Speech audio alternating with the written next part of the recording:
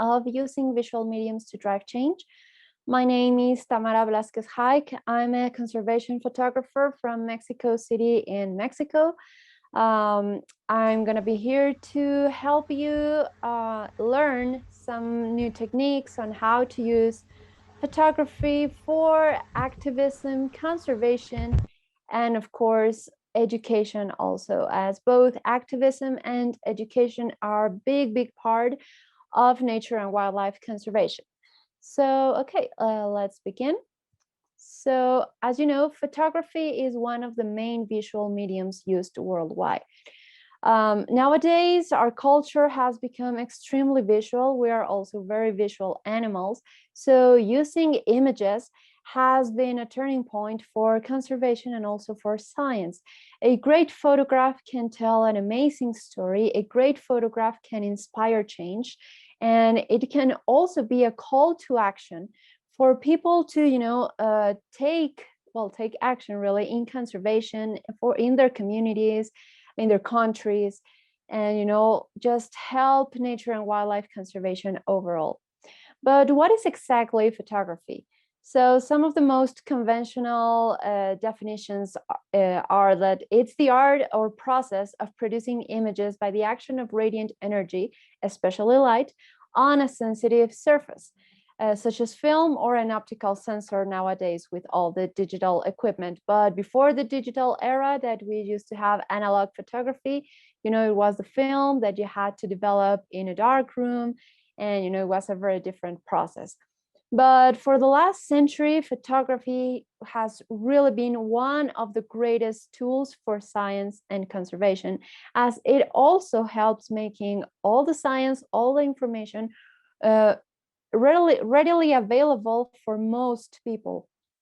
Sometimes not everyone can understand data just by presenting it to them like that. But if you combine it with a visual medium, it makes it easier for people to connect and to understand science. And that is why it becomes a call to action. So photography's main purpose is communication. We make photographs to be seen, to tell a story, to entertain, to educate, inform, reform, and the most important, to create change. As an art form, photography has this power, to shake our consciousness awake, to raise awareness. And so it is very important that as conservationists, as young leaders, we learn to use this incredible tool for communicating all our objectives and for letting people know about many things going on in our world today, and also to give a voice to those that either can't speak for themselves, like animals, or that are being victims of some injustice, for example. But how can you make photography a tool for science, conservation, and activism, and not let it just be, an image that gets lost in the thousands or millions of photographs that get taken and uploaded to the web every single day? So as I was telling you, humans are visual animals. As such, visual mediums, especially photography, are essential tools for all this kind of scientific disclosure and nature conservation. It's also a universal language. So sometimes you can let people know about a certain issue happening in your country. Even if they do not understand your language, they are going to understand the image that is being presented to them. So you can tell the whole world about an issue going on in your country so that everyone can be aware of it, and you can get help, or you can at least catch the mediums, all the different medium outlets' attention to help the cause. So let's take advantage of that. The cliche saying that an image tells 1,000 words, well, it's true. With just a single photograph, we can tell a whole story. We can also change paradigms and even make people look at certain animals in a different way. For example, for the longest of times, vultures have been hated by the people, because people believe vultures are these mean animals. They are dirty, they bring death, they bring bad omens. But if you use your photography to capture vultures in a different way, in a different light, you can maybe capture a tender image of them and make people look vultures in a different way. That in turn can help in their conservation, because if we use photography to make people connect to the animal that is being portrayed, to make people feel empathy towards them, respect even, we can change the way people act towards animals. This photograph of a griffon vulture has thankfully helped many people see vultures in a different way, and has helped educate people about how vultures are actually very important for the environment, and we need to conserve them, to protect them, instead of just going on in a killing spree. Especially people that live near farms, near areas where vultures are pretty common, they tend to believe that vultures come down, they steal their cows, their sheep, they kill them. But actually, vultures are not hunters, they are scavengers. But sometimes people are a bit closed into receiving this kind of information because of prejudice and whatever. But once you connect with them by showing a photograph, they can be much more open to receiving all this good information, all this new data about the animals that we are trying to protect. So it is very important, when we all are also photographing wildlife, to try and portray the individual's essence, so that people can relate to the animals, and in turn feel a bit more of empathy. And I don't know, I'm not telling you a photograph can stop poaching, but it surely can make a difference, at least in educating the people that tend to coexist with this species in a daily way. As I was telling you, photography can also be used for educational purposes. I'm going to address this subject later on in the presentation, but I have been using my work for educating children and citizens in general about the wildlife residing in Mexico City. Mexico City is one of the largest, most populated and polluted cities in the world. So people living here tend to think that Mexico City is just that: concrete, buildings, cars, garbage. But the truth is that there are many ecosystems still surviving in this huge city. And in turn, there are a lot of different wildlife species also surviving here, that no one is being taught about them. No one is teaching citizens about these species that actually coexist with us on a daily basis. So by using photography, by using my photographs in exhibitions, by taking them to classes, to different classrooms, and working with children, we can engage with our public, and we can help in their education. So in turn, they can help in wildlife conservation. I mean, just by teaching a person not to kill a species, not to kill an animal they see because they find it ugly or whatever, you can actually make a difference. And photography can really be that tool that helps you make a difference in a person's consciousness. Also, photography is super important for activism. In activism, we use photography to tell stories about something happening. For example, this photograph is about construction that Mexico City's government is doing in a protected area. In an area, it's a wetland, because Mexico City used to be a huge lake. Back in the 1500s, the Aztecs founded a city in this enormous lake. So by the passing of time, we have been urbanizing this lake, and now the lake areas are confined to just a little bit of the city. So they have been deemed as a natural protected area, and especially the area of Xochimilco is also a wetland of international importance. It is not just a wetland important for our city, but for the whole world, because it is a very unique ecosystem. It provides us with water, food, and it's great at mitigating climate change effects. So the government doesn't care. They are starting to urbanize the area. They are starting to build freeways, bridges for cars. They are still thinking that the way to progress is by building infrastructure for cars. And we know that actually goes against everything we know about nature conservation. So I have been using my photography to help the cause to stop this ecocide. So look at the people, of the activists' face. just by taking a photograph, capturing their emotions, capturing the actions they are doing, you can tell a whole story that even though there are these villains trying to destroy a natural area, you also have these heroes working, fighting against all the death, all the destruction. And that's very important. That's something that needs to be told, that has to get out of just your community. And now, thanks to social media and thanks to how easily it is to share these images, you can tell a whole story to the whole world. And it's easier by using these visual mediums, especially photography, as even though if this photograph gets to, I don't know, a country where they don't speak Spanish or English, just by looking at the photograph, you can understand what's happening. It's a protest. People are crying.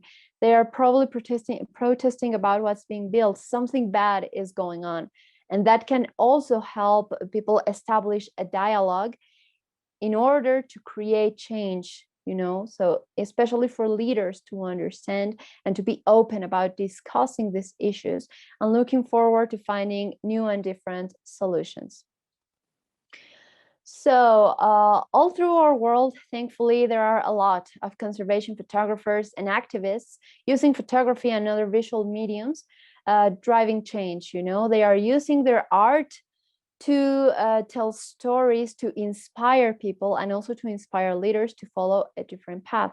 So I'm going to stop sharing my screen for just a moment, and I'm going to share it again, but with a different screen. So, okay, let's explore a little bit of this amazing conservationist work. So this is the work of Paul Nicklin. Maybe you have heard of him. He's a great conservation photographer, one of the first conservation photographers to ever exist. So he has dedicated his life work to protecting the oceans and the Arctic and Antarctic's wildlife. So here you can see a little bit about his work. So I would like you to take a few minutes to appreciate his photographs. So I'm going to scroll through them really slowly.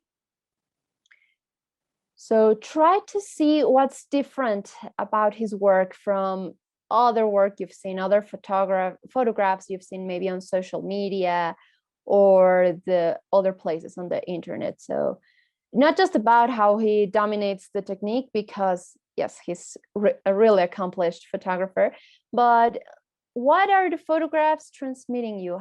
What are they making you feel when you see them? Personally, they make me want to know more about these animals. I feel connected. I feel submerged in their world. So yeah, if you'd like, you can start writing your questions or comments on the chat and we'll address them later. So I'm gonna expand some of the photos.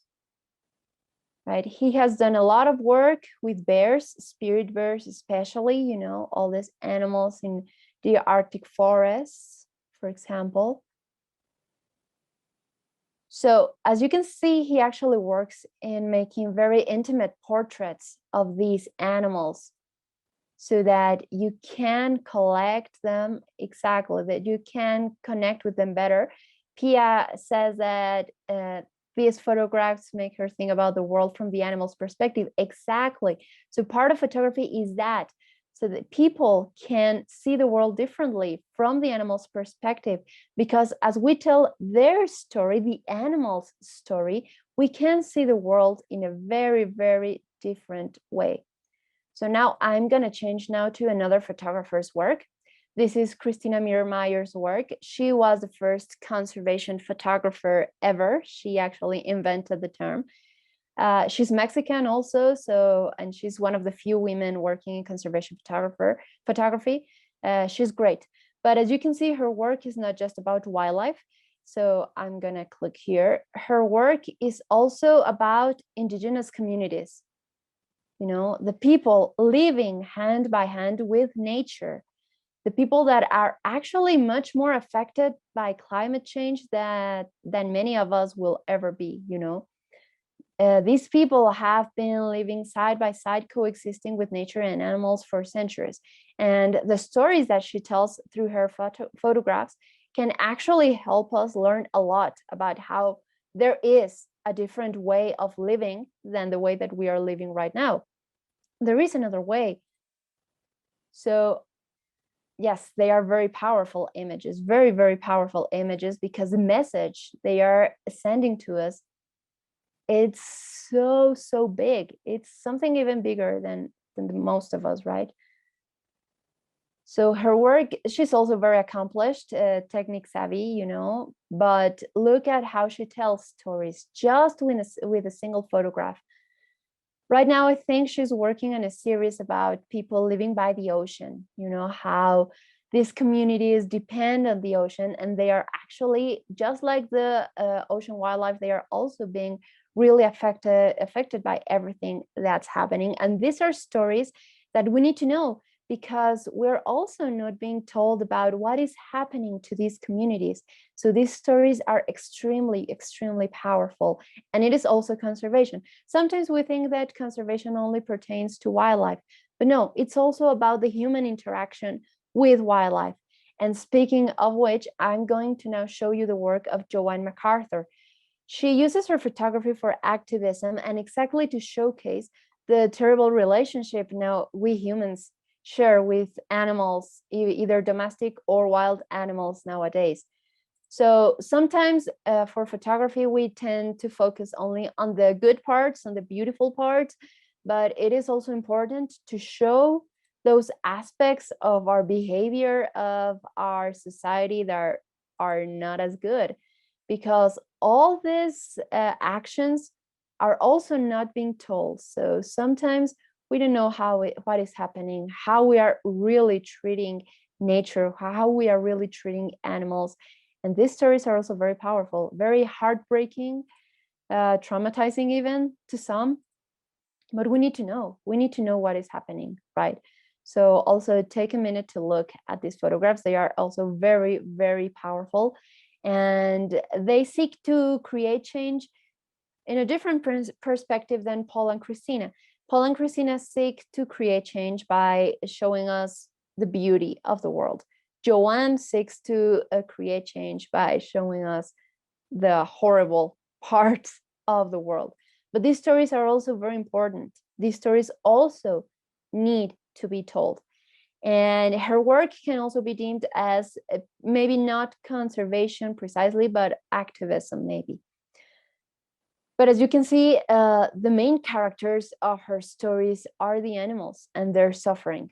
And that's something very important that we'll need to take into account when photographing a story.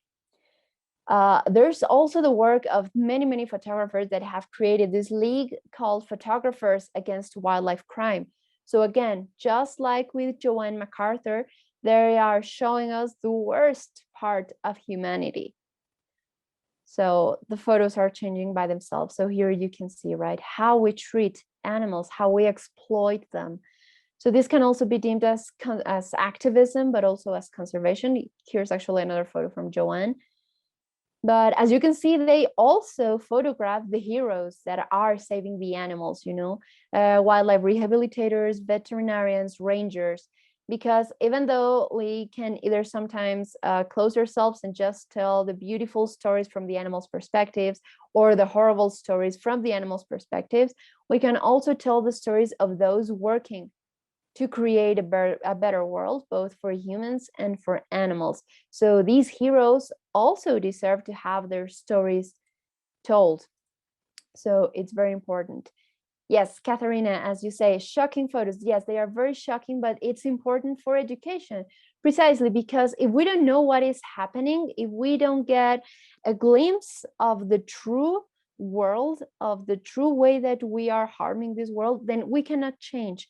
We cannot learn to love our natural world. So that is why photography, filmmaking, all these visual mediums are super, super important. And also, you know, here's the work of Steve Winter. He's been dedicating his life to big cat conservation. So these photographs are also, you know, oh my gosh. Okay, they're loading. Sorry, my internet's a bit slow. So it's about also showcasing the beauty of all these big cats, but also the way indigenous people relate to these animals and how they are part of their culture. So sometimes in order to tell a complete story, you don't only need to focus on the wildlife, but also on the people coexisting with these animals. So Steve photographs both the beautiful parts and the not so beautiful parts in order to raise awareness and help in education.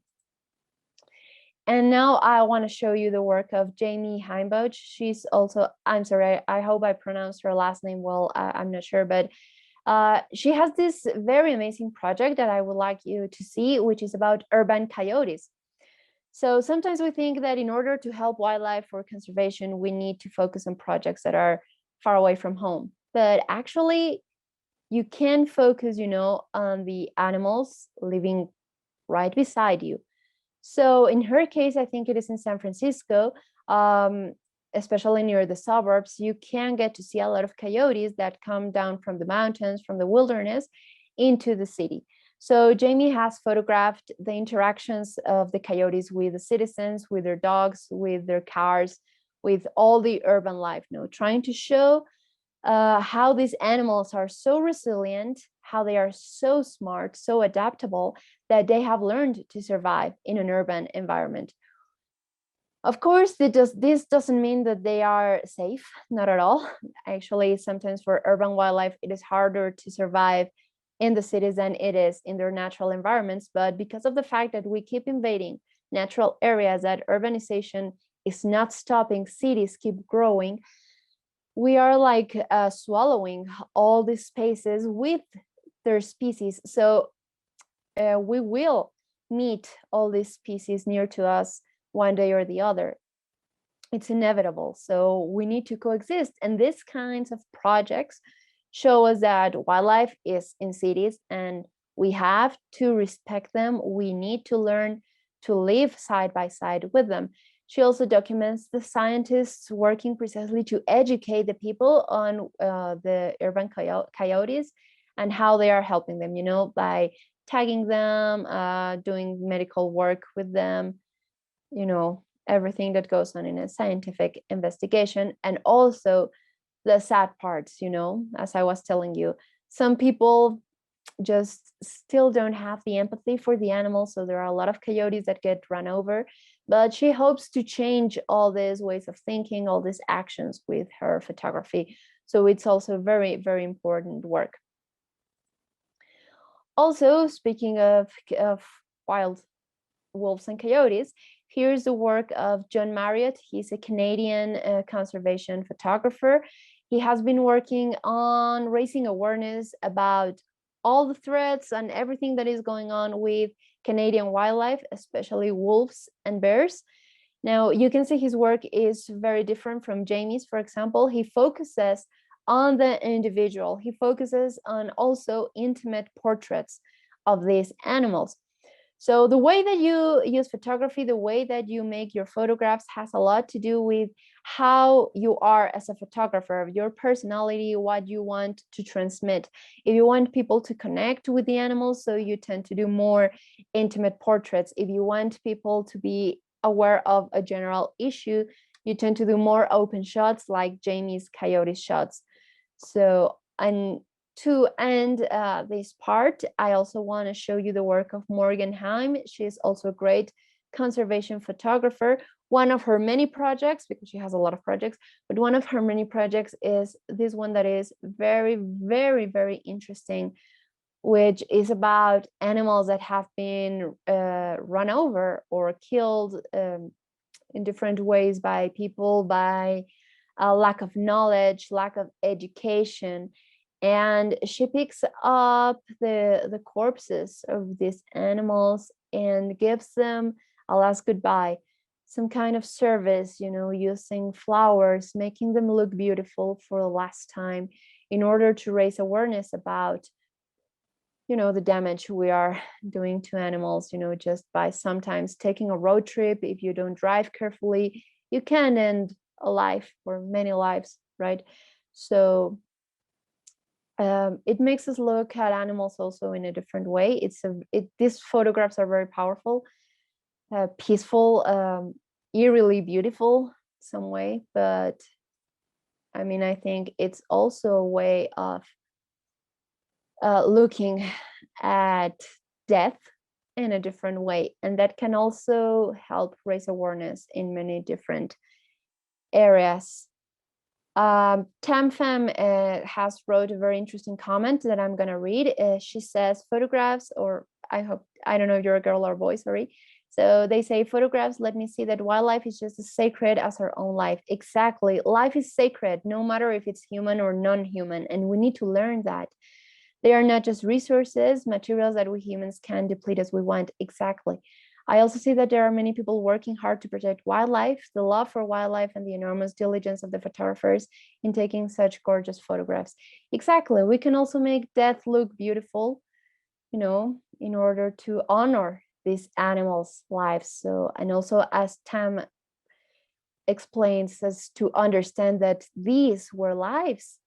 We took their lives from there. They were not just resources or some things we could kill. There were someone, you know, they maybe some of them were mothers with pups or kids, and by killing these mothers, the little ones didn't survive. I don't know.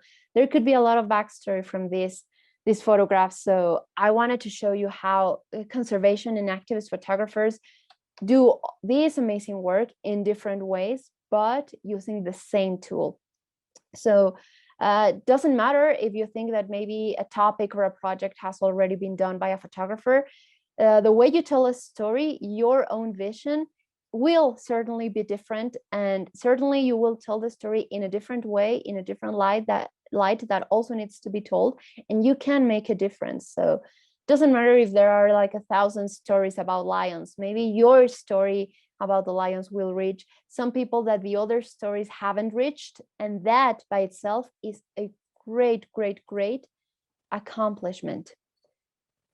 Sure, most of photographers focus more on charismatic species, as Isabel is telling. Morgan here has some photographs. Here's a snake. Let's see if it can load faster. Oh my gosh, my internet connection is okay. So here's a snake. You know, I think Morgan's work is one of the few that actually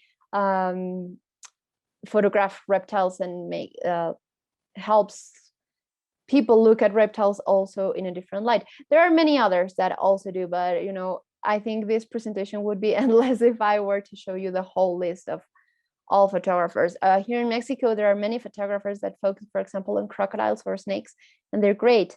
They, even if you don't like snakes, a great photograph of a snake can help you get engaged and at least awaken some interest in you. I mean, to see something different about these animals. So I'm going to share the presentation once more.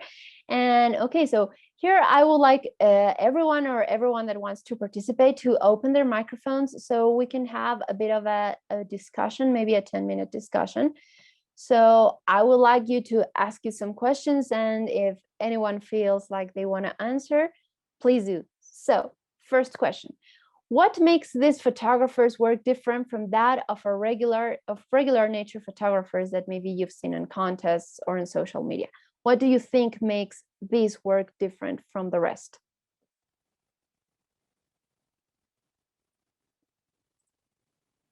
Go ahead. Faye Wiley says they have a strong purpose. Indeed, they have a very strong purpose. What else can you see from all these different works?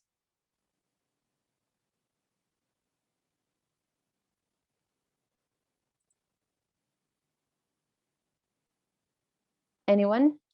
If you can hear me, as Yes. you already said, they also show it's not all beautiful, but they also show the horrific pictures. So I think that is a big difference.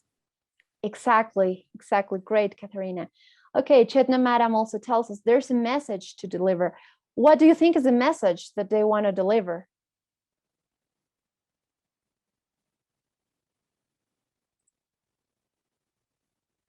Anyone? Don't be shy, come on.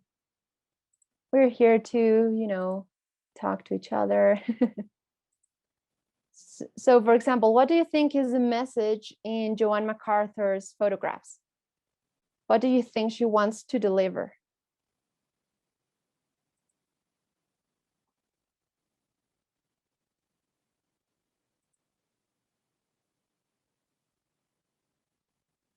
No?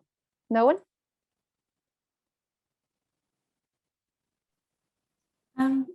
Not particularly about Joanne's work, but I think they're all telling quite different perspectives from the conservation world. So one being our like urban life, such as like roads and how that's impacting animals, but then the ones to do with the use of animals for food. That's like an entirely different thing, like the protected species being eaten for our consumption.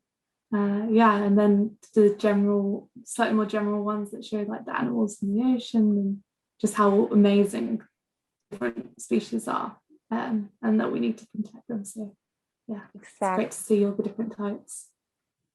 Yes, that's great, Julia. Thank you so much. Also, Effie tells us they are telling unique stories. Exactly. What makes these stories unique is because they are told from the animal's perspective and from a different world that we're not used to seeing. Chetna also tells us there's life in them too. Of course, we can't live exclusively. Animals are part of our world and have equal rights to live. I believe that. I believe that too. Exactly. And by showing that animals actually, for example, in intimate photographs, that their lives are not that different from our lives, as they have to go out and search for food, just as we have to go to a supermarket, or that we have to work every day so that we can buy food and provide for our families. They also need to provide for their families in order to survive.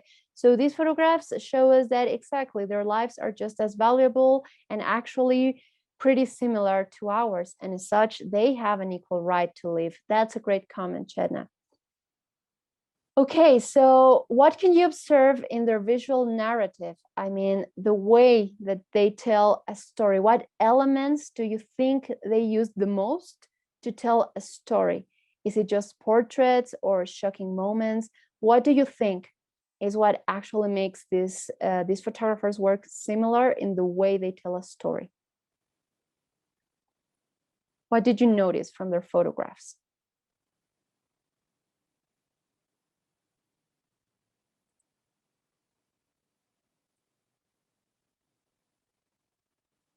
Anyone? Don't be shy, come on.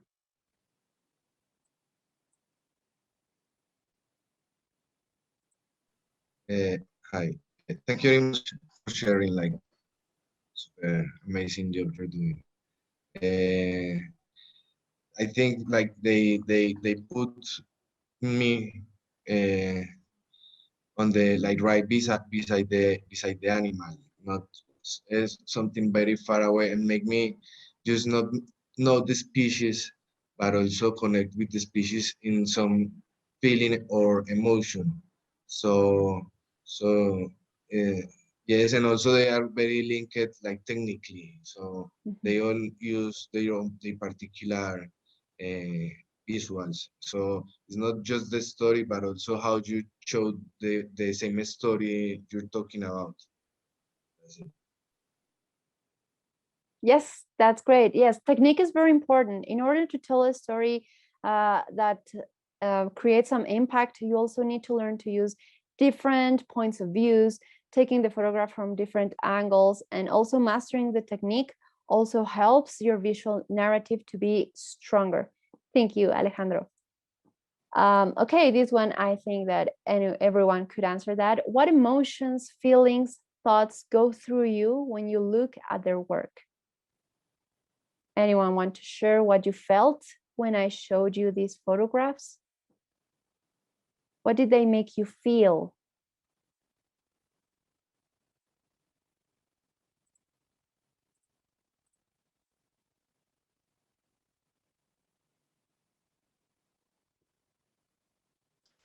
For me, they made me feel sort of a wide range of emotions. Like at the beginning, the first one, I felt really curious. You had lots of shots kind of like right up of the bears eating or like behind the back of a bird, kind of like what is their world like? But then some of the more activist ones were sort of shocking and I think quite sad. Yes. So I think sort of that whole spectrum of emotions. That's great. Yes, it's really curious how different works can make you go from feeling curious and feeling like, oh yes, the natural world is so beautiful, to, oh my God, what are we doing? I feel terrible, right? So that's awesome. Yes, faces, a mixture of emotions, exactly, and more reconnected to nature. That's wonderful that you felt more reconnected. That's great, because that's one of the messages that they want to deliver, for you to feel connected with these animals. Anyone else would like to share what they felt when looking at these photographs? Yes. Go ahead. When I saw those photographs, I want to witness it by myself. I want to be there. And then I want to show it to everyone that I know. And I also want to protect these beautiful sceneries, and to show it to the next generation. That's wonderful, Tam. Thank you. Exactly. So they inspired an action in you. They inspire you to want to be there and do something for the next generation. So that's the power of photography, inspiring people to also do something about whatever they are seeing in the photographs. Thank you so much for sharing that. Okay, for the last question, how do you think, besides all we've talked about, is there any other way that just by taking photographs, they are helping science and wildlife conservation?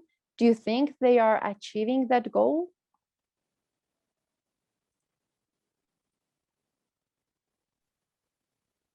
And probably it depends how widespread their work is, and Mhm. how is technically, or how then he is like supporting the knowledge of technical issues that are happening in the stories, in the narrative, with the picture, because sometimes yes the pictures, or yes the picture shows what is happening, and they like, but then it's not written, or you cannot go further, or you cannot investigate more about it. So maybe there is not no enough, or should improve like the means to people to communicate their That's work. great. Yes, exactly. Thank you, Alejandro. Yes, so Faye actually agrees with you, and she says if they are distributed in the right places, if they are widespread, thankfully all these photographers have had the chances to have their work published in great magazines like National Geographic and other big medias. So they have been able to create some impact on the people. So that's great. And yes, as Faye says, they give an insight into things that are happening around the world.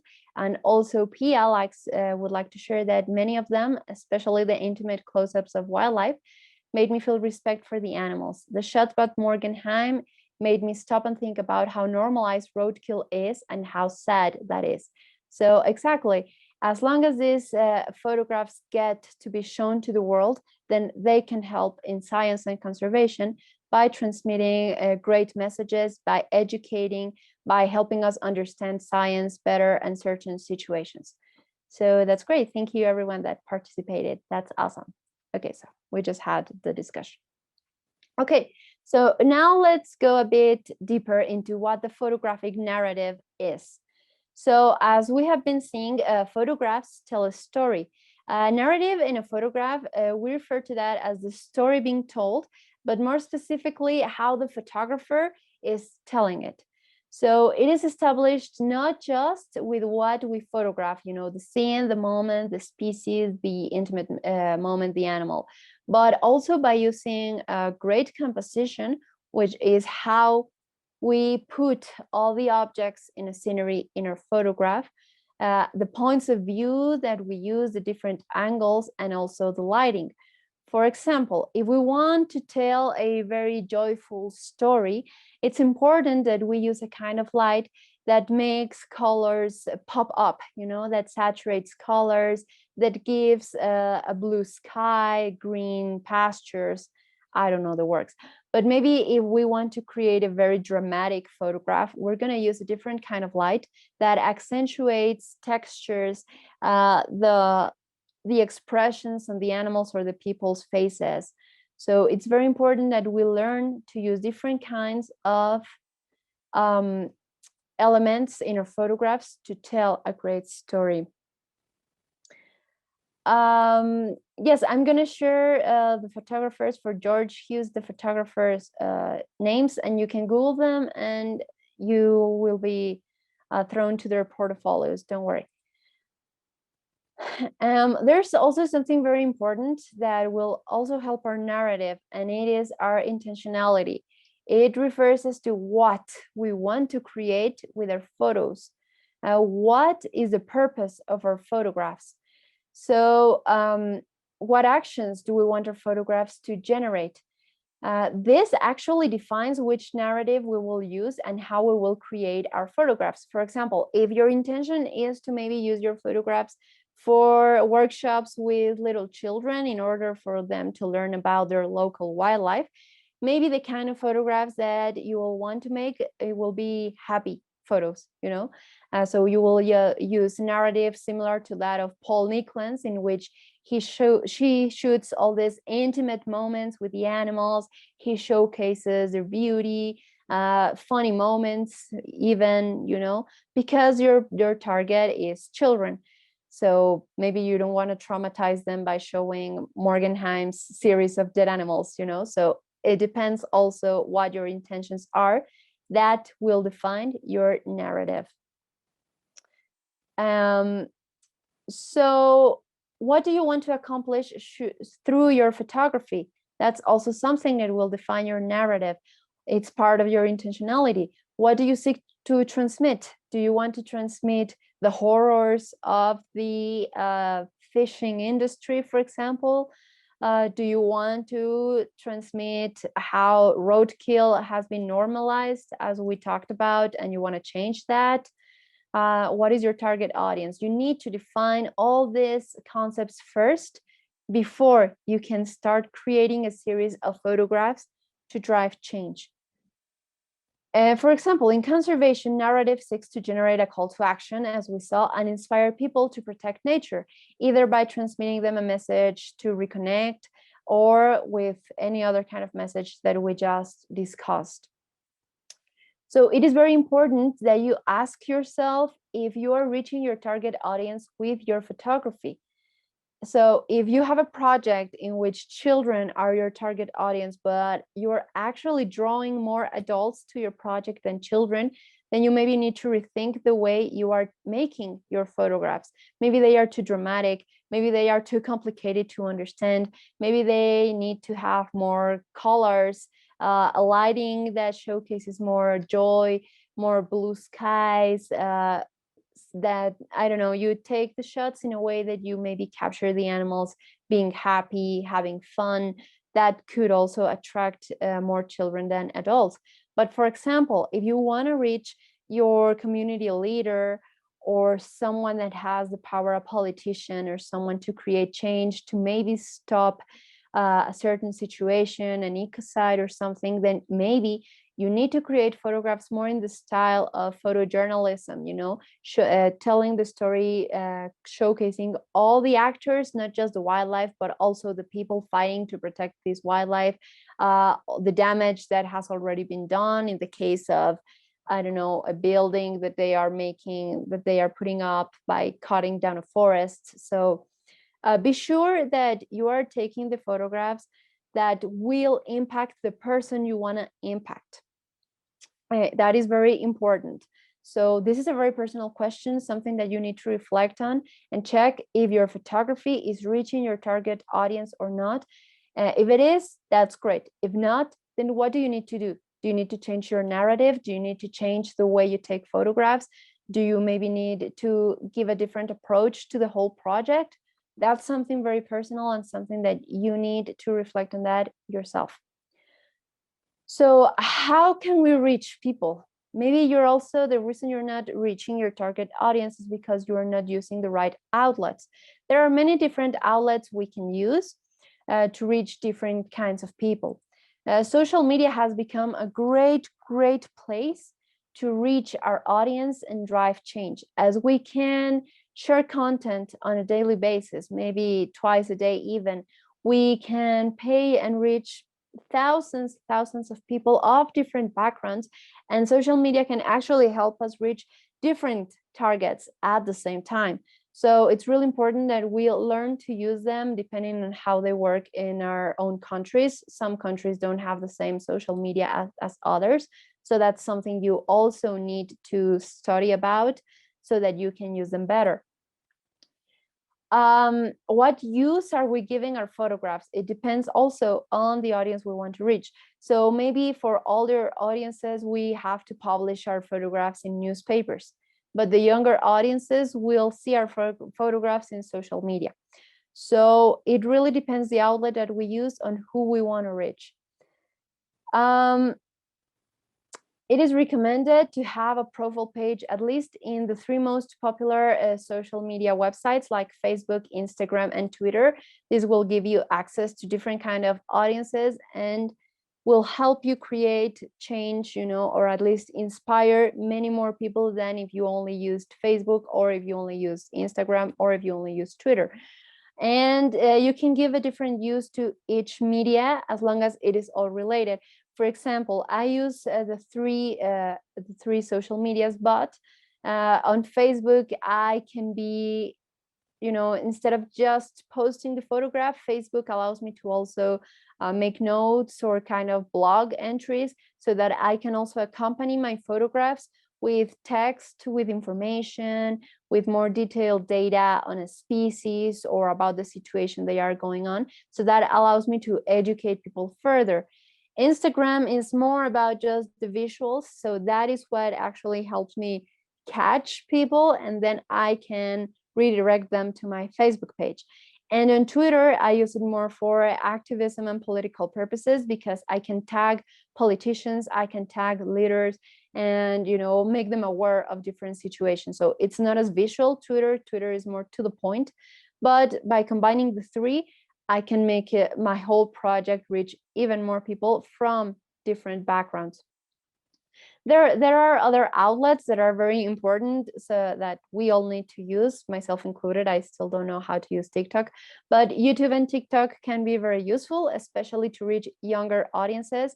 And even if we just use photography, we can combine it with a little bit of video editing and some podcasts maybe, and different tools to make our photography reach even further. Alejandro writes, making connections in this summit has been useful to connect with people around the world. That way I will be knowing what is going on elsewhere and they can get to know what I share from Latin America.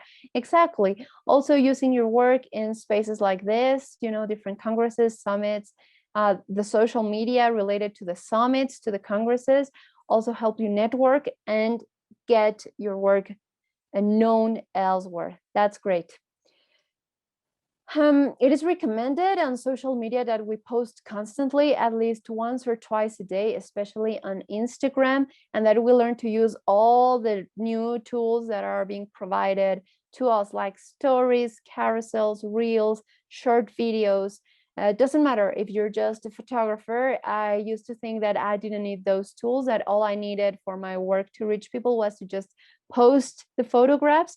But that's not the case anymore, because if you just post and don't use the other tools, the algorithm on these platforms do not allow you to reach further audiences. So you can, for example, tell in the stories how you are making the photograph, how was your day on the field, tell a story about how you met the species that you always wanted to see and you were able to get a wonderful shot that you will soon share with everyone else. So it's important that we learn to use all these other visual tools that are provided to us by the platforms and not just post the photographs, so that we can reach many more people.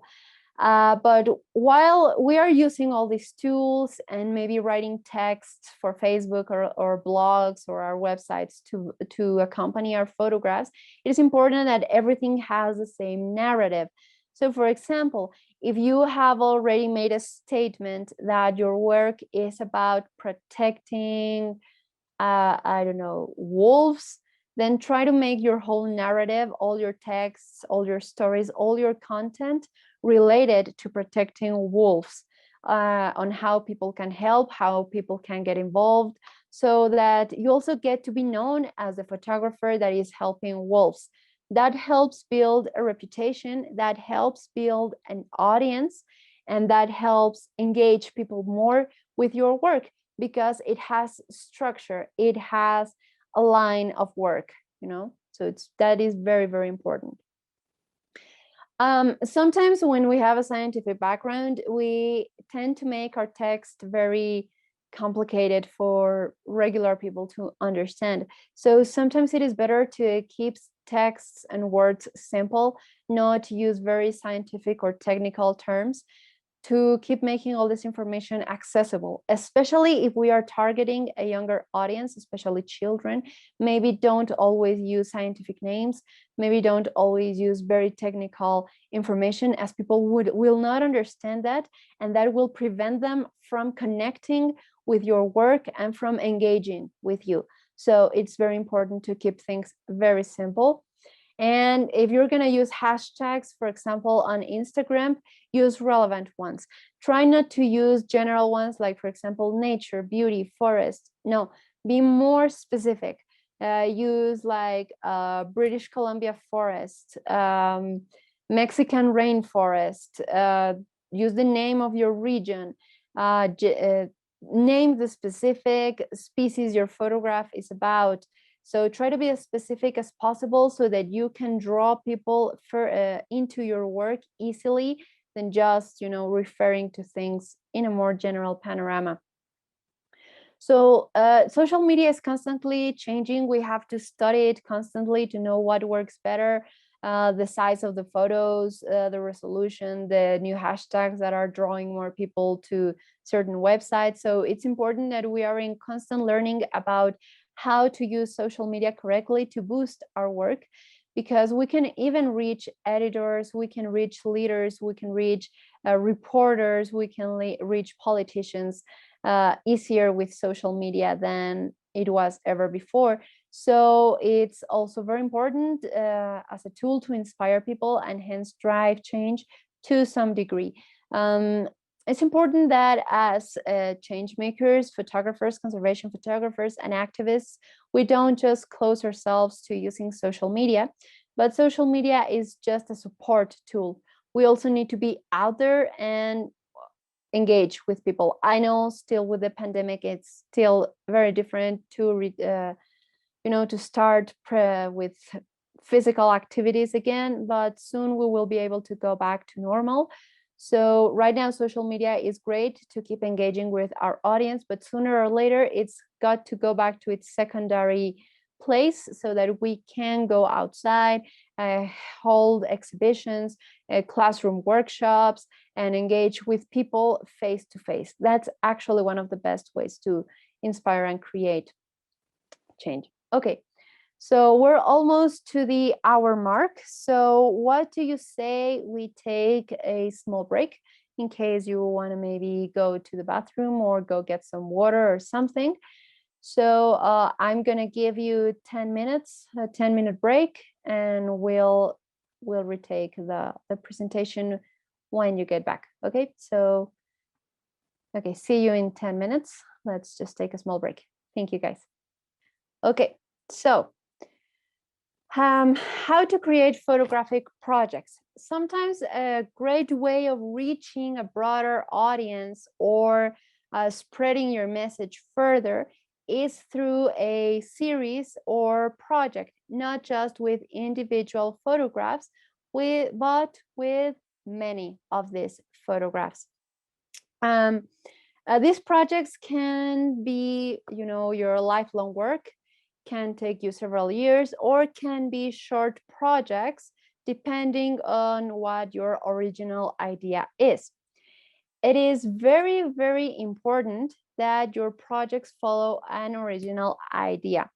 It's very different an original idea than a story. I mean, maybe your project wants to follow the story of the American bison or buffalo.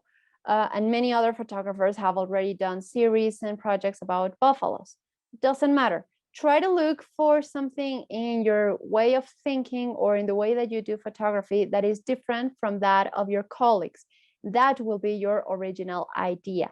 So maybe you want to do the story focused on how they almost disappeared from America's prairies, while your colleagues are doing projects on celebrating that they have come back. So giving it a different focus counts as being original, and is important because sometimes stories need to be told from different perspectives, from different angles, need to be told by people from different backgrounds and from a different way of looking at things. So that's where you come in. So don't be discouraged if someone has done the story before. You can do it and give it a twist to make it your own. Also, it's very important to define the kind of project it will be. By this, I mean, will it be an artistic project? Will you just photography in an artistic way instead of being merely educational or documentary? Maybe you will use photographs, in which all the bison are running, so the images are blurred, or something like that. That is something not seen before. That could count as artistic. Or will it be an educational project aimed at students from different levels, at the general population, but will it involve not just the photographs, but also important information and activities for people to join and help in the conservation?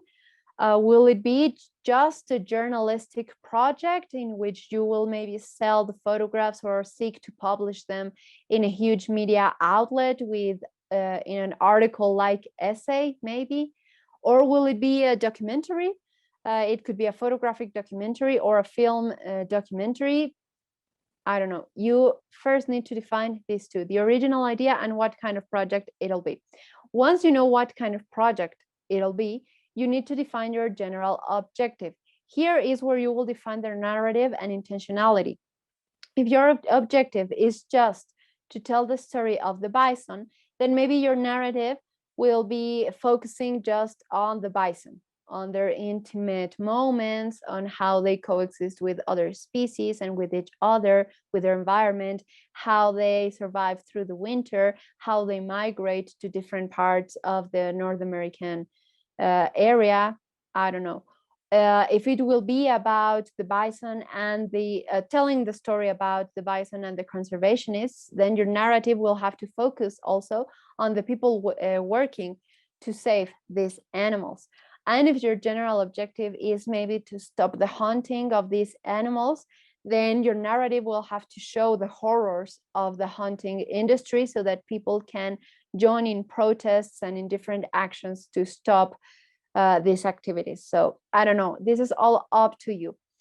Goals, you need to know which will be your goals in short, medium, and long term. If it's the conservation of a whole species, consider that a long-term goal because it will require a lot of work. If it's just showcasing the people working for the conservation of the species, then maybe it's a goal in a medium term because you will need to go there several times and document several aspects of whatever these people are working on. And if it's just creating maybe a short story or letting people know about these animals, it could be a goal in a short term, as maybe you will just need to visit the herds for one time, get many shots, and then put it up for an exhibition or something like that. Once you have all these aspects considered, you can define what kind of photographs you will make as the kind of work that we saw before. Maybe they will be just portraits seeking to make people connect with nature. Maybe they will be photographs showcasing how the bisons die during the winter. I don't know. You will know which photographs you want to make according to your vision and to the previous established concepts. Once you know all this, also you need to know where will you make these photographs. Will you need to travel? When do you when can you make these photographs? Is it better to photograph the animals you want to photograph during the winter, or is it better to shoot them during the summer, during the spring? How are you going to get there? what funding will you get, how will you take the shots, will you use a camera trap, will you use a blind, will you hire a guide to get you closer to the animals?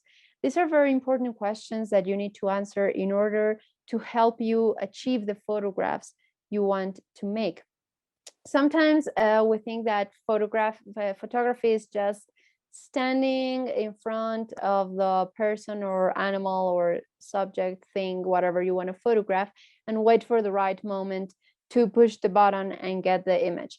But it's actually much more than that. Especially when you are doing conservation photography or activism, you need to study. You need to study about the environment, the species, their behavior, the best time of year to locate them, what they eat, when do they eat, are they nocturnal, are they diurnal, are they is summer the time when you can see them with their cubs?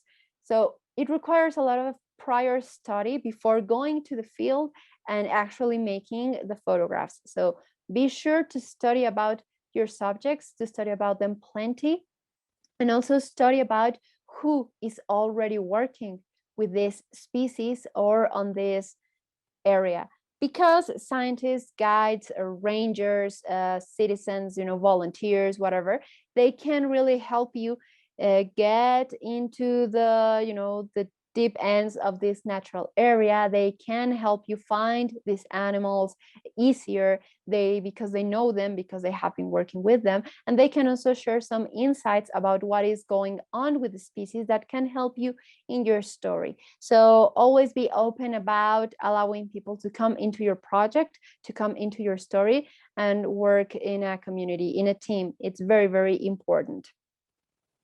Also very important, you have to study if you need permits. Do your research.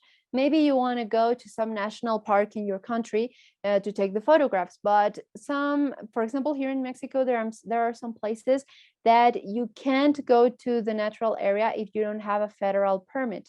That is to protect the area from tourists, from poachers, from loggers, etc. So do your research, because if you need a permit to access some area and you don't have that permit, especially when you are doing photography or filming something, you need an even different permit, something more specialized. So it's always better to be on the safe side with the authorities and not get in any trouble. So it's very, very important that you research this. Also, assess if you need to hire more people, maybe an assistant, someone that can help you change lenses faster if you're going to use multiple photographic equipment. Do you need to hire a local guide, someone that can lead you through these roads, through this area, someone that knows this place in a much better way than you could ever know this area? Do you need to hire someone to help you with the graphic design of your project once you're gonna showcase it to the world? Someone that helps you edit videos. I don't know, it can be a broad aspect about many people that could help you in your project. Maybe you could also hire students in order to have more hands working on the field, and this can also help students get more experience. You need to assess this also. What outlets will you use to get your work out there? Will it be just social media, different mediums in your country like newspapers, I don't know, the morning news, the evening news channel, something like that? Will it be a big magazine? Will it just be a scientific publication? You have to define this so that you know what's to come. And precisely because of this, will you have to pay some kind of promotion, maybe an ad, maybe hire some advertising in different kinds of magazines, maybe hire a space in your local park to put up a sign about your project, rent a food truck or something that you will put your photograph in it. I don't know. Nowadays, people get very creative. You can get very creative about this and how you will advertise your project. So you need also to consider this in your budget and in the activities to come. What other activities will your project entail? Will it just be taking the photographs? Or for example, in my case, will the activities be also teaching workshops at schools, giving out some lectures, talks with people, exhibitions? What other things besides photography, what other activities will benefit your project. You need to also to establish this. And precisely in order to achieve the previous ones, will you need sponsors? Will you need a scholarship? Will you need a grant? Can you get a grant? Can you get someone to finance your project? Sadly, we sometimes as conservationists and activists want to think everything is fine and dandy and the world is very utopic, but we need money. We still need money to achieve certain goals in conservation and also in photography. So there are many brands, many corporations that are willing to sponsor you. Some brands, photography brands, even can sponsor equipment for you if you reach out to them, and if they find the project interesting enough, they can lend you equipment, which is a big help. There are many institutions that offer scholarships or grants. Some grants are bigger, some are smaller, but you can apply to them, learn how to write a great grant, and you can get a lot of help. For example, I got a grant from the Pollination Project. It's an institution in America, I think, that helps a lot of grassroots activists and conservationists. So it's a small grant, but sometimes small is better than nothing. So also do your research about all these different kinds of foundations, even charities, even individuals. Some people like to donate their money to good causes.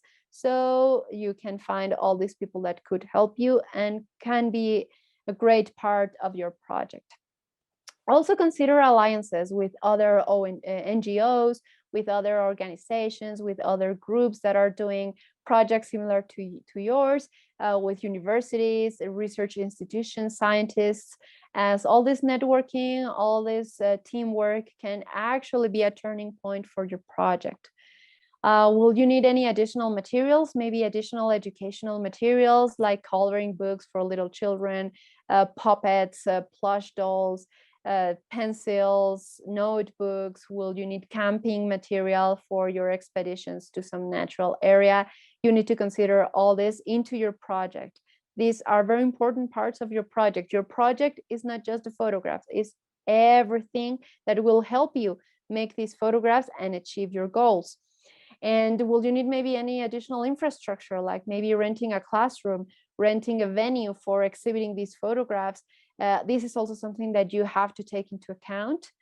And establish your final goal and how to reach it. This is different from your general goals. This has to be like the top of the top.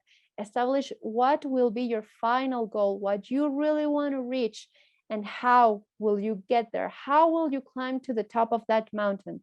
That is something very personal. It will depend on each project, but it's something that you need to take into account and consider. There will be hurdles and obstacles that will bring you down, that will make you want to leave the project and don't continue it. Maybe hateful comments, envious people, lack of funds, because even if you have an amazing project, even if you wrote a great grant application, sometimes you will be rejected. And that hurts. Actually, that hurts. That can be pretty depressing. That can make you feel like your project is not worth it. But that's not the case.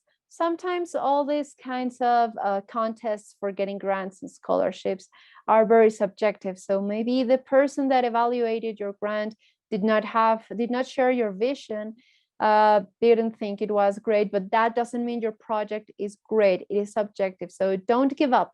These hurdles and obstacles will make you grow, will actually force you to think outside the box and look for other ways to achieve all your goals and to complete your project. So if you feel like crying because, I don't know, you ran out of money, your camera is broken and you don't know how to continue, well, cry a little bit, take a break, a month-long break, some weeks off, I don't know, but inspiration will come back, opportunities will be there, they will come back, and you will be able to resume your project and reach your goals eventually. Conservation is tiring, conservation is exhausting, it's draining. So you really need to be resilient and have this into consideration and know that perseverance and patience is key. I know that sometimes we want to do bigger things because of the current crisis the planet is facing and because we are losing species really quickly. But sadly, we need to be patient. We need to be patient in order to achieve great things and to achieve tangible and long-lasting results with our projects. So hang in there. There will be obstacles, but hang in there. You will make it. And also, once you reach your final goal, how will you close this project? How will you make it? You need to give it a closure, especially for all the people that are following you, all the people that have been with you. So what will it be? Will the closure will be a publication, maybe in a huge magazine like National Geographic, for example, or will it be an exhibition that may be touring your whole country in different parts? Will it be going showcasing your documentary on film festivals? Will it be maybe publishing a book? Find something to close your project, you know, with all the flying colors, with all the partying involved. So something that actually allows you to celebrate this achievement. So this also is part of your final goal, right? So my final goal in my project is creating a book, for a textbook for children, text and photographic book for the children and teenagers in my country, in my city, to learn about Mexico City's wildlife. That's the way I plan to finish this project, just as an example, so that you can take it into consideration. That is something very important. And so I'm gonna show you my project as an example. Maybe it can inspire you to do something similar. So my project is called Mexico City's Wildlife, Coexisting Through Photography and Education. As I was telling you, there are a lot of species here in Mexico City. There are about 2,254 wildlife species living in this huge, overpopulated, polluted city. So by using photography and by taking these photographs to schools with workshops and talks with children and venues for the general population, I show people these animals without having the live animal with me, tell them a little about them and how they can have a positive impact in their conservation. This project started actually 4 years ago, so it's a long-term project. It's a project that will still go on for a lot of time. One of its objectives is to document most of the species residing in Mexico City. Don't be ambitious. If you're working on your own and you want to document the species of your whole country, there's little chance you are going to be able to do that, because there are a lot, because it's difficult, because of different issues. So your objectives also need to be realistic. Keep that in mind. So I'm not, in my project, I am not shooting all the 2,000 species. I know my life will not be long enough to do that. So I'm just focusing on the most iconic ones, you know, or at least the most species of each group, you know, mammals, birds, and such, that can represent the others, as to give people an idea of the whole biodiversity residing in the city. Another objective is spreading the photographs and information on each species among students at every level, as well as citizens, to create empathy, awareness, and help with their education. This is more of an educational project than just a documentary project. It is aimed more at education.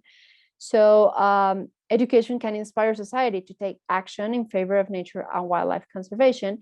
And a very important part is that I achieve this by telling the stories of the animals, you know, with taking their portraits, intimate moments, with them interacting with their environment. You can tell their stories and how they live, so that people stop thinking that possums are big rats that want to eat their dogs. I mean, you would be surprised at what people think about certain species, you know. So you can help them get rid of all these misconceptions and actually educate them by using photographs. Because, for example, possums, people think they are horrible animals, but once they see a cute portrait of the possum, that changes, like that chip that has been implanted in them for generations, and that makes them more open to receiving more information on the animal.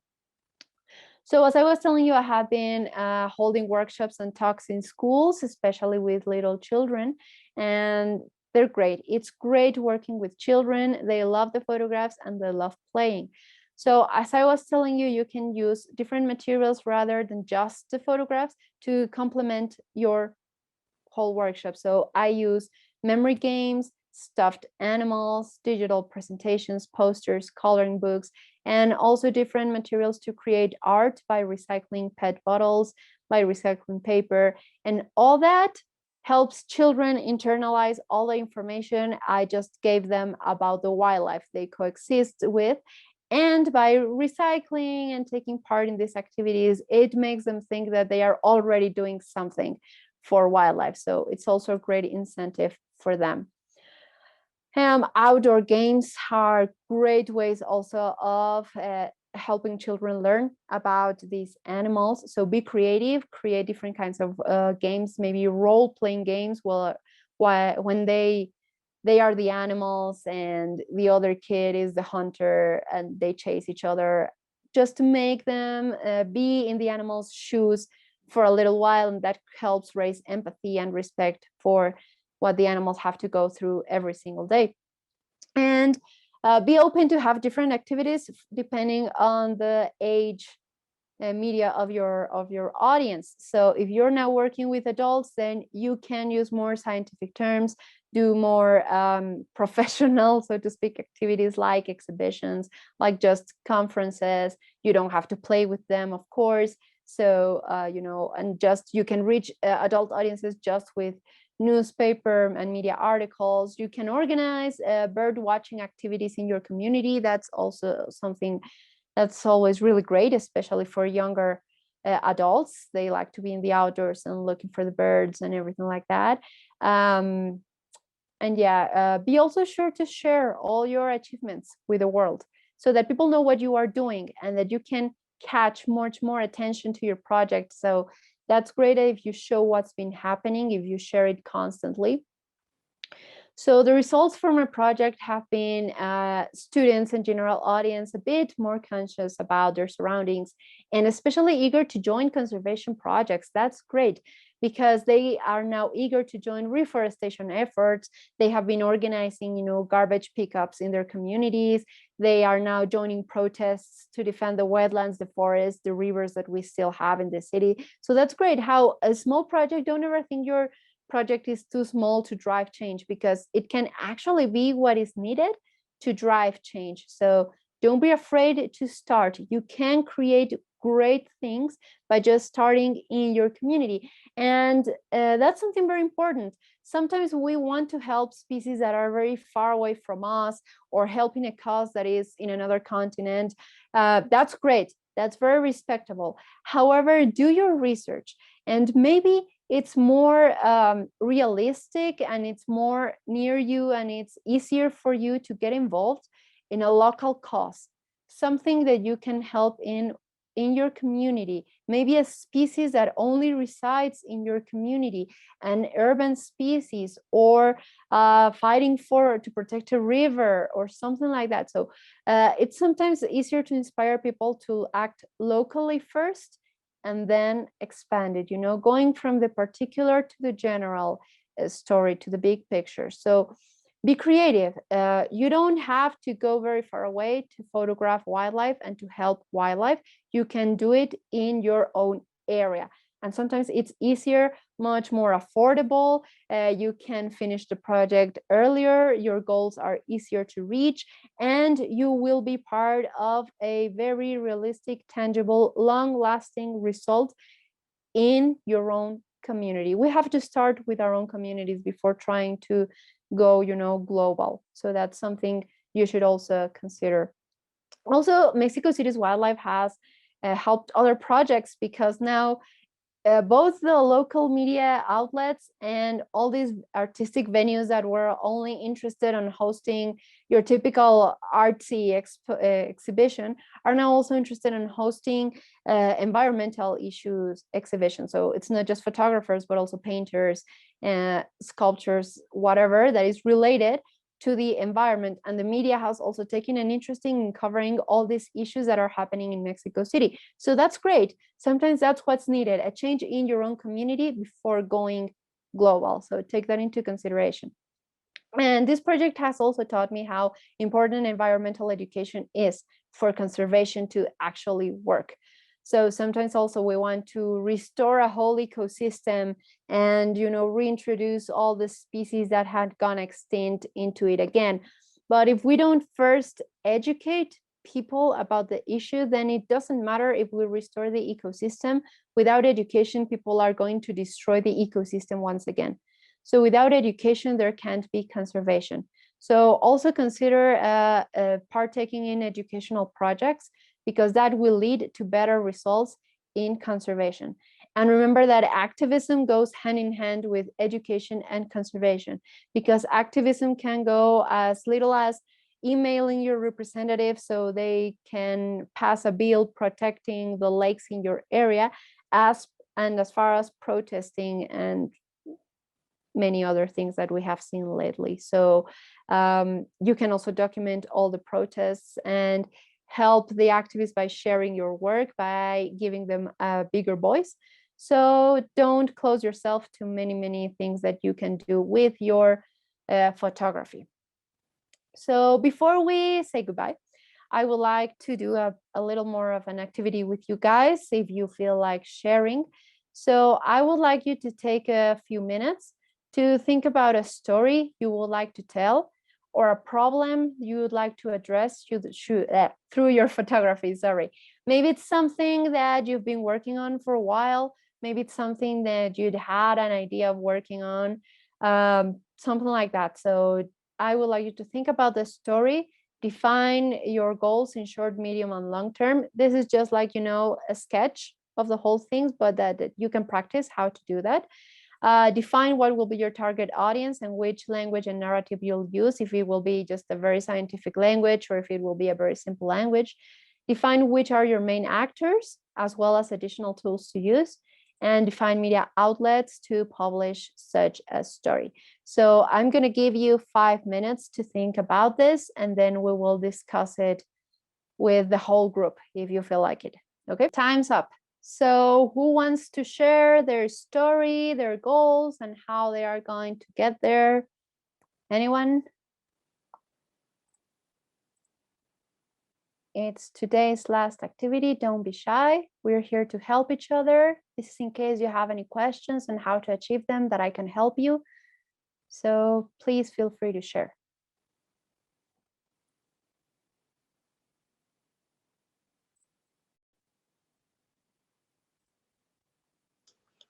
If no one wants to share, I can share my idea.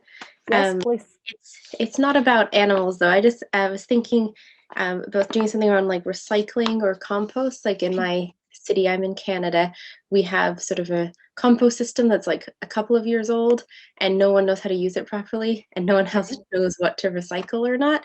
So I thought maybe something that documented like out in the world public recycling bins, and then maybe as a short term, and then the medium term maybe go to the sorting centers. A lot of cost, there's been a few articles about how like a lot of wasted money and people taking all of the misplaced recycling kind of out of the recycling. I thought might be and I think we have more garbage now in the pandemic, just sort of around in general, might be an interesting one. And I guess the target audience would be adults, like young adults and kind of adults of any age, because they're primarily the people who would recycle and deal with the garbage. I guess narrative, that's what I was kind of getting stuck on. I think like photography, but maybe like a lot of sort of close-up shots of like the garbage, and then in the second part, when you're actually kind of seeing the people sort, maybe kind of like the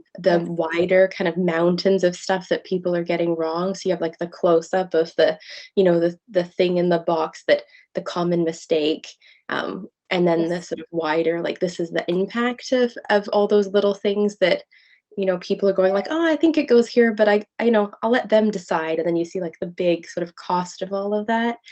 And I guess so like the main actors would be like everyday people, and then also kind of like that recycling industry. And then I feel like that would be effective, I don't know, online or in kind of a newspaper article, something that kind of got distributed. I mean, newspaper would be kind of ironic too, because it's paper, but something that kind of, you know, would hit a wide ranging amount of adults, like the younger ones online, but also you kind of want to hit maybe people who aren't as social media savvy. So something actually in print with the juxtaposition of the photos maybe would go Mhm. well. Yes, great. Thank you for sharing, Sarah. Yes, I think you have it pretty much figured out, and especially the part of the narrative, I think that would work greatly, as you say. First, the first part showing all the garbage and everything, and then showing the people working to diminish all the garbage and creating change. That will actually inspire, in turn, much more people to join in, as some will maybe want to take part of the fame, maybe the attention, but that's okay if their work will actually help. So let's take advantage of that. But most of the people will actually feel inspired and say, hey, I didn't know I could do that. I didn't know it was that simple to help. So that kind of story would actually have great impact. It's something very realistic and quick to achieve even. So it's great. Congratulations. It's a great, great story. And it's great that you have it figured out. That's really good. Also, as media outlets, maybe also the evening news, you can contact local reporters to cover the story. That's also something good as alliances go. And even making alliances with schools, even high schools, universities, that can also help in the long run. Great. Thank you so much. Thank you, Sarah, for sharing also. Anyone else wants to share their story, their ideas? Is it okay if I sort of share something that's already been started, but that I need help with? Yes, of course. Go ahead. Okay, so last year, July, me and my sister started a campaign called Bring Back Lake Victoria to eradicate plastic pollution in Lake Victoria. So during this campaign, we realized one of the problems was awareness. So what we want to do is we want to use mainstream media and both social media to help create awareness and to get it trending and to basically get plastic pollution trending so that people know the causes and such. But what we're currently having trouble with is building an Instagram page, as in we're sort of looking for how to sort of phrase it and how to lay it out and in which way would it be interesting. Because what I've realized is that when most people are scrolling through websites and platforms, you're only going to catch the eye-catching things, this colorful thing or this one thing that speaks out to you, because most of the time you're not focusing, and that's what a lot of sorry, I back. So basically what I was trying to get help with is how can we make it eye-catching so that anyone who's scrolling by at any age would want to stop and learn about this, and so it could help spread awareness and even problems in their community. Maybe it could help them learn about them. Okay, great. Glad to have you back. So it's a great example that you're asking.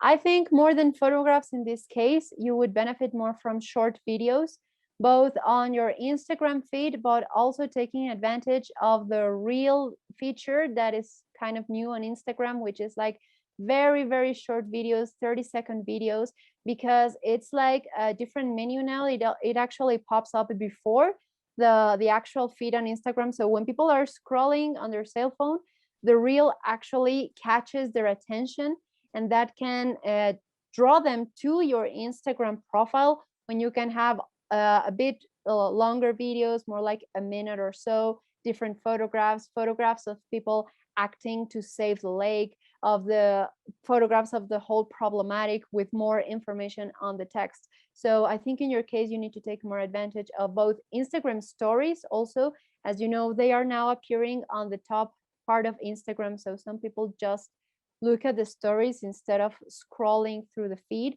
And by using the reels, you will draw a lot of attention to your profile. That's what I would recommend that you start using. It also helps you interact more with your audience, and that in turn also brings much more audiences to your profile. Yeah. Thank you. You're welcome. Thank you for sharing. anyone else would like to share any idea, any thoughts?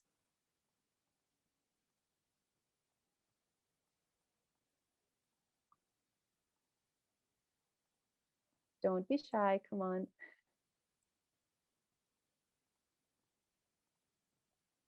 Maybe an upcoming idea of a project you've always thought of, something like that.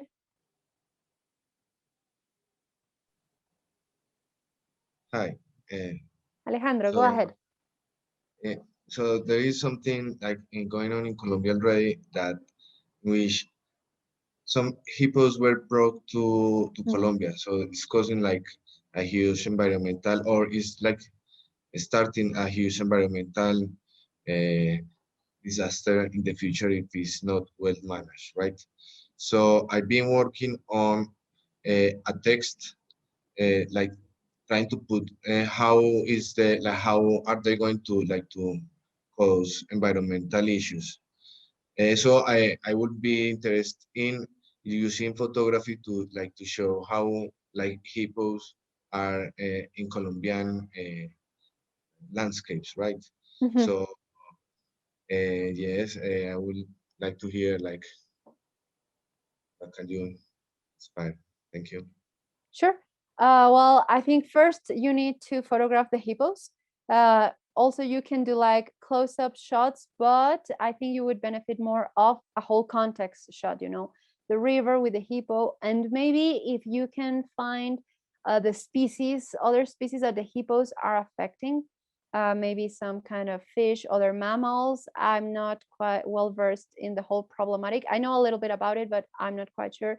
So maybe also photographs all those species that have been damaged by the hippos. Maybe if you find a dead animal that died because the hippo took their landscape, a bit like Morgenheim's photographs. But also, if you could like use your photographs of the hippos in the Colombian context and maybe do some comparatives by using photos of hippos in Africa and showcase how it's very different. The context is very different, how they are affecting others, how here in Colombia they don't have a predator, something like that. Maybe they are polluting the river, I'm not sure. So try to separate every aspect that the hippos are damaging and photograph each part to create a whole story. I think you would benefit more from a whole series of photographs telling one story but in different parts than just individual photographs on their own. I think that would make a great impact, a greater impact.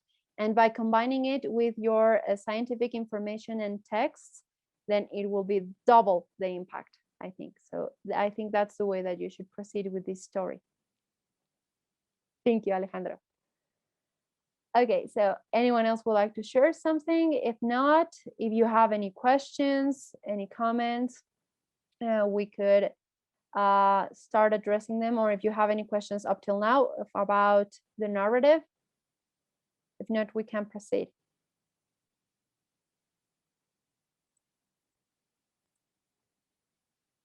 Okay, well, so just to close up, there's something I would really like to tell you guys about. So it's about the ethics in photography.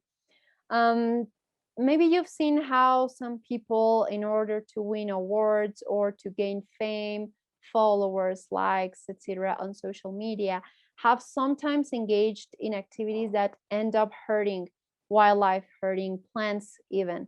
So, like grabbing the animal, a dolphin, for example, out of the ocean and taking selfies with them until they die and stuff like that. So, conservation photography actually involves a very strict code of ethics. And it doesn't only refer to practices like plagiarism, but also how you act as a photographer in different sceneries and environments. So, for example, when you're working with wildlife, ethics is about treating them with respect. As we were discussing earlier on, all the animals have a right to live, all the animals have also a right to be respected. So, when you are in a natural environment, please be sure not to stalk the animals because that will actually puts them in a lot of stress. that can actually put them in danger, it can result in them attacking you, and in turn the national park or area will shoot down the animal and kill them. So always give them their space, always be compassionate, understanding with them, and know that if you are not getting the shot that you want, well, I'm sorry, but you will get plenty of other chances. You do not need to trap the animals. You do not need to bait the animals. You do not need to lure them to you in any way. Try to keep it as natural as possible. Remember, you are there to document. You are there to tell a story that is happening. You are not there to manufacture the story. So be very mindful about this. If you find a bird nesting, do not disrupt the nest. Do not scare the parents away. If you are finding that there's a hunt going down and the animal is about to catch its prey, be reminded that that's the circle of life. Document that, and only interfere if the animal is suffering from something caused by humans. If it's something that is natural, you don't interfere. You just stay there to document and tell the story. So ethics also, when you are working with people, it is also about how you are treating all these people that you are working with, be it your assistants, models, other scientists, other activists, other conservationists. So also be very mindful that respect is key in order to achieve great results in conservation, education, and activism. Every single being deserves to be treated with respect, and that will actually talk greatly about you as a photographer. Ethics also refers about being honest with your work, projects, and narrative. As I was telling you, it's not about manufacturing a scene.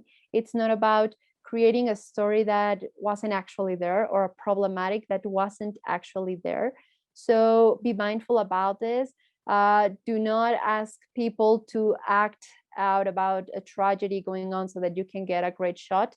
If it's not happening, it's not happening, and document what is actually happening. Do not tell lies.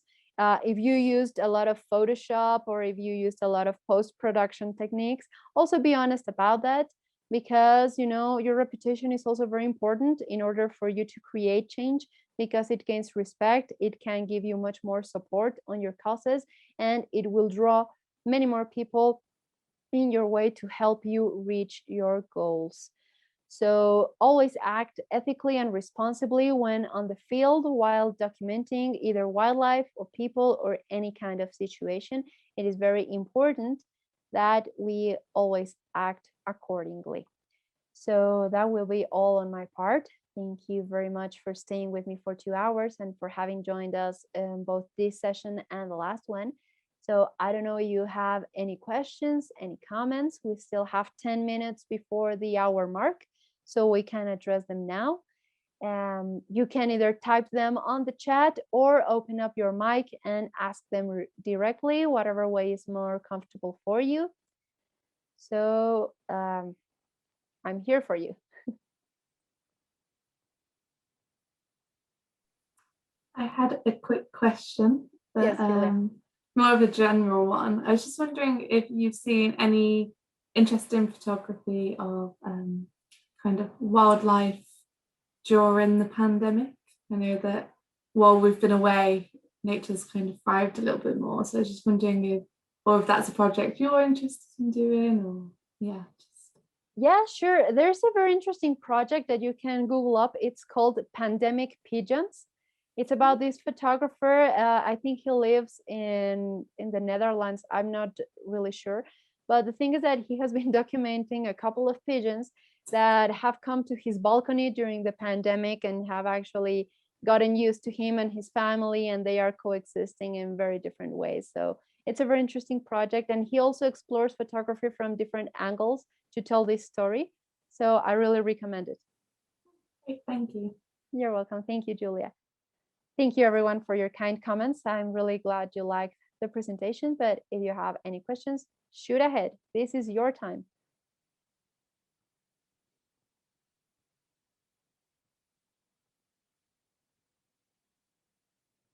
What is the name of the project? The one I just mentioned is Pandemic Pigeons. I'm gonna type it here in the chat. I forget the photographer's name. I'm so sorry, but you can Google it like that. Yeah. Yes, Jasper Dost. Exactly. Thank you, Julia. Yes.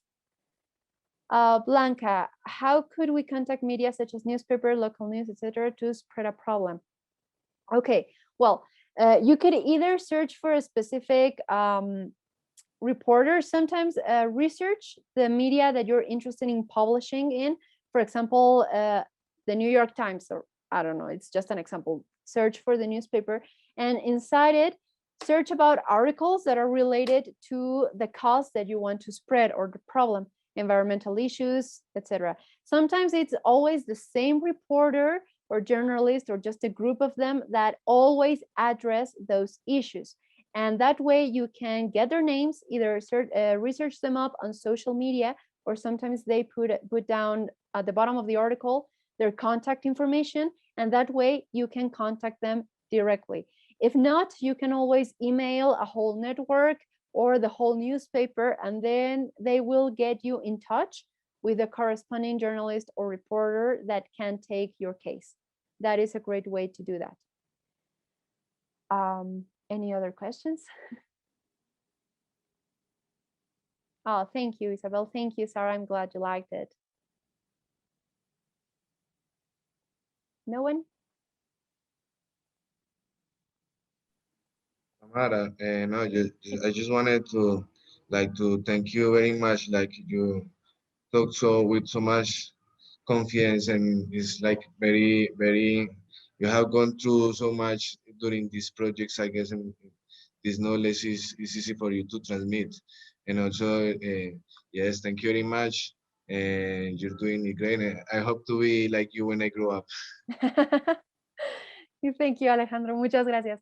I'm so glad you liked it. And, you know, you can contact me if you ever need anything, guidance, advice, whatever. So I'm really glad you liked the presentation. Thank you so much. There was a question here from Pia. Okay, so do you have any thoughts on what organizations should we keep in mind when working with photographers or looking for a photographer to work with? Sure, you can keep an eye out for National Geographic photographers, and you can search them up and ask them to collaborate with you. There are also new initiatives for younger photographers. For example, there is one, I'm going to type it here. It's a kind of a foundation. It's just starting. It's to allow female photographers and videographers to get jobs and get involved in the industry. It's called Her Wild Vision. It's like a directory, so you can find all these great women working on the field and ask them to collaborate with you. Also, if you follow certain photographers and would like them to collaborate with you, don't be afraid of sending an email, dropping in a comment, a direct message. Sometimes we can be very busy working on the field, but we try to answer all your comments. And if it is possible, I'm sure some will want to work with you. I hope that answers your question. Blanca, thank you so much. Are you part of the IUCN Education Commission in Mexico? Yes, yes, I am. So if you would like to get in touch, feel free to do so. Marine Bengal, thanks, Tamara. This was a very interesting and useful session. Loved your work as well. Thank you, Marine. Thank you for being here again. I remember you from last session. Okay, Katharina asks, what are your favorite tools to edit photographs? I actually only use Photoshop, and it has this plugin called Camera Raw to process the raw files from the camera. So I tend to do simple editing to my photos, as I try to keep it all as truthful as possible. So that's it. It's pretty friendly. I have been using Photoshop for the last 15 years of my life, because before being interested in photography, I was very interested in graphic design. So I know the program really well, and it's very easy for me to use. But some colleagues also use Lightroom. It's a really great software also for photo editing.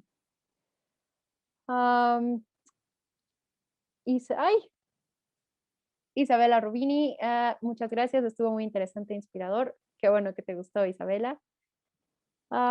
Sorry. Okay.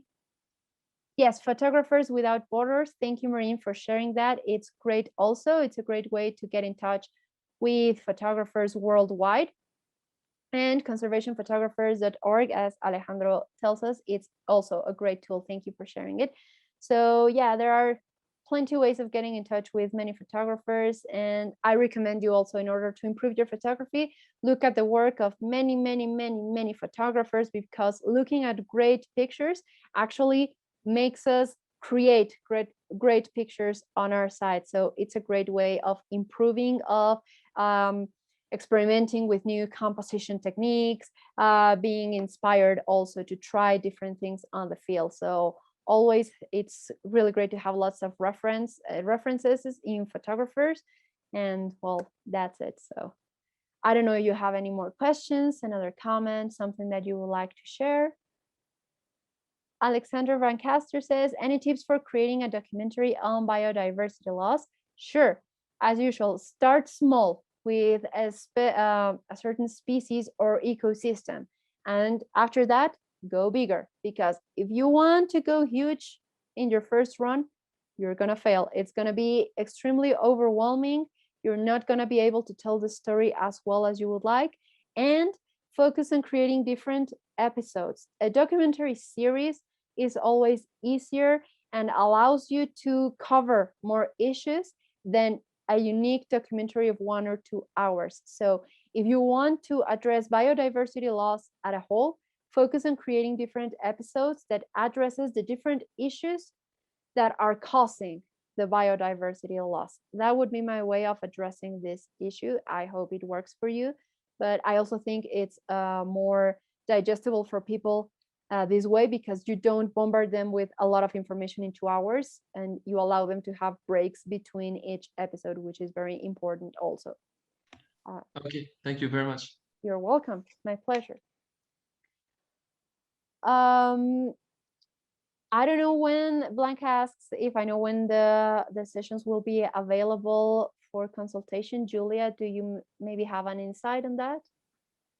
Everything will be uploaded onto YouTube once Summit has finished. Okay. I'd give it a few days after, but Okay. yeah, they will all be available on YouTube.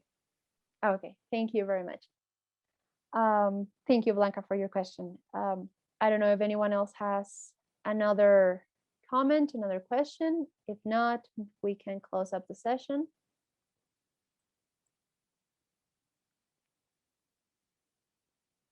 Okay, well, I think that's all for the questions. So thank you everyone so much for being here. Thank you, Julia, for your help and support. I hope you found this presentation useful for your work, and you can always contact me on social media or on my website if you have any questions. Just, I'm gonna leave my website here. It's .com, well, sorry. So I'm here for anything you may need, collaborations, advice, whatever. So thank you once more for everything, and thank you to the IUCN. So see you around, guys. Thank you, Julia.